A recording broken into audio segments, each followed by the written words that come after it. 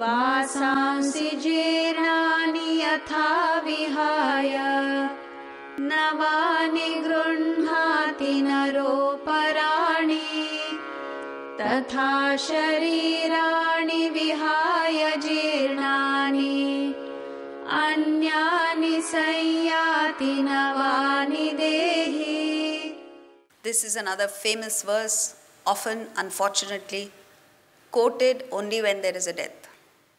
As a person abandons tattered clothes to wear new ones, so the indweller abandons jaded bodies to enter new ones. So, indweller, dehi, literally means occupant of the deha body, which means, as we saw yesterday, subtle body. Your mind and intellect is occupying this body at this moment. And the quality of your mind and intellect is determined by your vasanas, which is like your genetic code, called the causal body because it's the cause of your personality. So there is spirit, Atman, enlivening you. There is the physical body, and there is the causal body, subtle body. Let's take an example, then you'll understand. There is the sun above, one sun. Then there is a mirror in a frame. So wherever there is a mirror, a reflecting medium, a reflected sun appears there, right? Let's say at some point the frame rusts or the color comes or whatever happens. So the mirror is perfect. You take out the mirror from one frame, from the old frame, and you put it into a new frame. What happens to the reflected sun? The reflected sun in the earlier frame is dead. It is born in the new frame. This is called death of the previous sun, reflected sun, and birth of the new reflected sun. Now look at the equivalence. The sun above represents Atman, which enlivens you. The frame is your gross body, your physical body. The mirror is your subtle body, mind, intellect, and causal body, vasanas. So even though Atman is everywhere, all pervading, it manifests only where there is a reflecting medium, where there is a mind, intellect, and vasanas, just as sunlight is all pervading, it's everywhere. But you see the light only where there is an object reflecting it. Astronauts who go out into space say that they see the sun, they see the earth, the moon, planets, but in between they see darkness. Does that mean there is no light there? No, it means there is no reflecting medium there. So you don't see the light. Similarly, Atman is everywhere. It's in the stage, it's in the chair you sit, it's everywhere. But it's not manifesting. You don't perceive it because there is no reflecting medium. The reflecting medium is your subtle body and causal body. There is no time to go into much greater detail here, but those of you who are interested in the theory of reincarnation and realization later, there is a CD called Karma, Life and Beyond, which explains it in great detail. It takes 1 hour to just explain this thing, this concept. So now what happens is, when the concept is that birth takes place. All of us have millions of vasanas. Vasana simply means unmanifest desires, just for easy understanding. So as far as you're concerned, vasana and desire are more or less synonyms, except that desire is manifest in your intellect, vasana is unmanifest. So what happens is, you have millions of vasanas, desires. Out of these millions, there are a few, let's say 100 vasanas, that are pressing for fulfillment. So these 100 vasanas are called prarabdha vasanas, which determine your present embodiment. that you're born in a particular family, in a particular society, with certain talents, with certain abilities, so on and so forth. And during your lifetime, you are guaranteed one thing: whatever happens or does not happen, these prarabdha vasanas will get fulfilled, will get exhausted. But the moment these prarabdha vasanas are exhausted, what happens is, the next bundle of desires that are pressing for fulfillment now start playing up. And then there is a mismatch between your desires and the body and environment. So you find that the environment and your body are no longer conducive for the next lot of prarabdha vasanas. And therefore a change is necessitated. So this change is death of the previous body and birth of the new body. So where will you go? Why are you going? Because the present body and environment are no longer conducive for you. It's like you've come here to listen to the Gita. At 8 o'clock, let's say the next program here is a Gujarati play. That Gujarati play is not conducive. I'm just giving an example. I don't know what's happening. That Gujarati play is not conducive. You have no desire to watch that. Maybe you can't even understand Gujarati. So what do? Because the environment is no longer conducive for your desires, you go and you see what happens.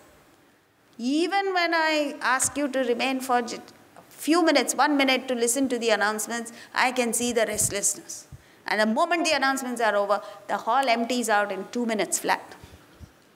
So you're in a hurry to move. Where? To the next environment, which is conducive for the fulfillment of your desire, which could be home, it could be out to dinner, wherever you go. The same thing happens, except that between this experience and the next, the body remains the same. But between death and the next birth, the body also changes. And the second thing that happens is, here you don't forget. But when there is death, you completely forget your previous experience because it's a blessing. You know, if you were to remember, can you imagine how tragic it would be? Remembering one wife and family is bad enough. Suppose you were to remember your wives and children from the last 5 janmas. Impossible to live. So therefore, in the 15th chapter, he says, Krishna says, I am the apohanam. I enable you to forget everything. Wipe your slate clean and you're born afresh. That's why every child is born with energy, vitality, because they are fresh. They don't have the baggage of past memories. It's wonderful. So anyway, this is it. So when your gross body is discarded and you still have a subtle body and causal body, you are reborn. So it's called reincarnation. But during your lifetime, and only human beings have this capability, you can not only get rid of your prarabdha vasanas, but you can get rid of all your vasanas, all your desires. In fact, you're born only for that. And then there is no reason, there's no fuel of vasanas that causes a rebirth. So you reach the state of realization, which is the ultimate. No more rebirth. In the Ishavasya Upanishad, he says, let the elements go back to where they belong. During my lifetime, I have arrogated these 5 elements, which is my physical body. Now I have no need for this. So let them go back to where they belong. Mahasamadhi, death. So the example that he gives here, which is a magnificent example, a wonderful example because it fits beautifully, is that of wearing clothes. Now what are the parallels? The wearer decides the change. You decide how often to change.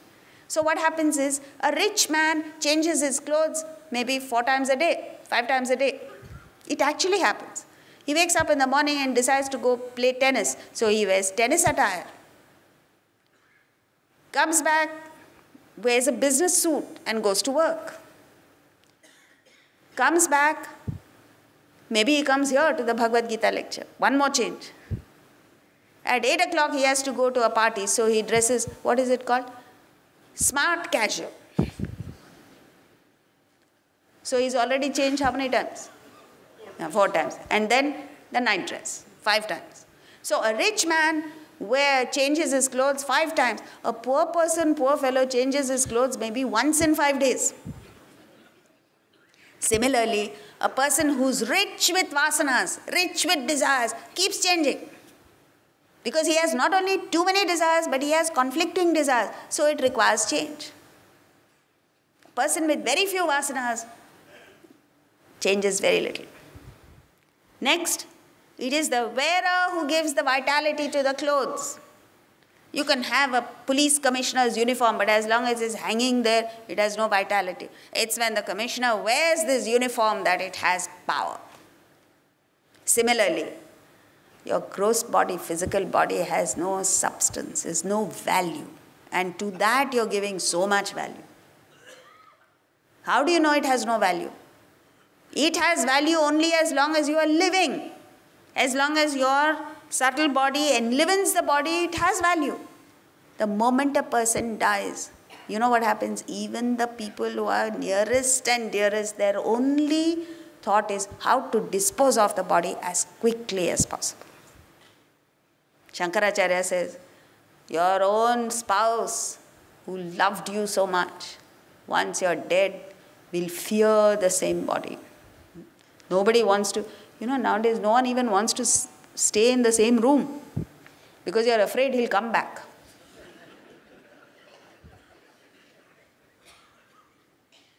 The wearer needs clothes to contact the world. Similarly, the subtle body needs a physical body to express itself. You cannot express yourself unless you have the body. That's all it is. Now there are 3 views. One category of people, most people in the world today, believe body is everything and death is a finality. It's over, finished. The second view is body is like clothing. It's discarded when you no longer need it. That's what this verse is saying. And the third view is Atman is everything. So when death takes place, you simply say, I have discarded an entity that I no longer need. And I don't need it, like the Ishavasya Upanishad.